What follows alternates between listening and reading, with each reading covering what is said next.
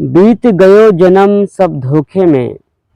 संत महापुरुषों ने समझा समझा कर थक गए कि ये जीवन मिला है, 2 दिन का है, 4 दिन का है।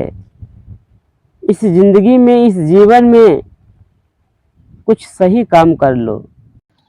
ये व्यक्ति मानने के लिए तैयार ही नहीं होता है कि हाँ, ये बात सही है। क्यों? क्योंकि उसके अहंकार, उसके कामना, उसके ईर्ष्या उसको इतना जकड़ कर रखा है, उसको इतना बांध कर रखा है कि उसकी चेतना जो होती है, चेतना ऊपर उठने ही नहीं देती है, चेतना को नीचे दबाई हुई है।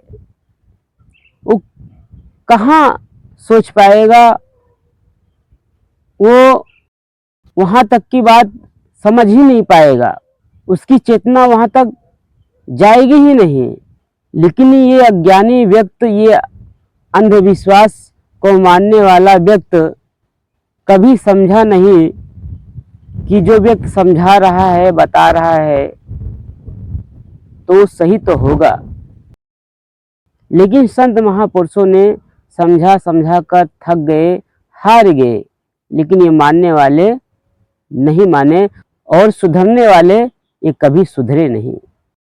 लेकिन उनका भी फर्ज था, वो भी अपने कर्म के द्वारा, अपने सोच के द्वारा इस जगत को सुधारने की बहुत कोशिश की, और आज भी हम वैसे के वैसे बना रहने चाहते हैं। आज समाज में इतना अंधविश्वास, इतना पाखंड, इतना अज्ञानता क्यों फैला है? क्योंकि व्यक्ति दिन प्रतिदिन अंधविश्वास के चक्कर में पड़ता जा रहा है। उसको सही बात से कोई लेना देना है ही नहीं। जब तक हम शिक्षित नहीं होंगे, तब तक हम न तो कोई बात समझ पाएंगे और न सीख पाएंगे। हमें महान पुरुषों के बात को नहीं मानना है, हम मानना ही नहीं चाहते हैं भाई। ये हमारा अहंकार जो बैठा है, वो मानने के लिए तैयार ही नहीं होता है। और जब तक हम नहीं मानेंगे और नहीं सोचेंगे, नहीं समझेंगे, तो मेरा जीवन तो बीत ही जाएगा। लेकिन आने वाली पीढ़ी, आने वाला समाज बहुत दुखदाई होगा, उसका जीवन बहुत कष्ट में बीतेगा। इसलिए इस समाज में, इस देश में अध्यात्म बहुत जरूरी है, और ज्ञान सबके लिए जरूरी है। ये ज्ञान, ये मत सोचना कि ये ज्ञान केवल कोई जात और कोई धर्म के लिए है। ये संसार के हर एक मनुष्य, हर एक चेतना के लिए है।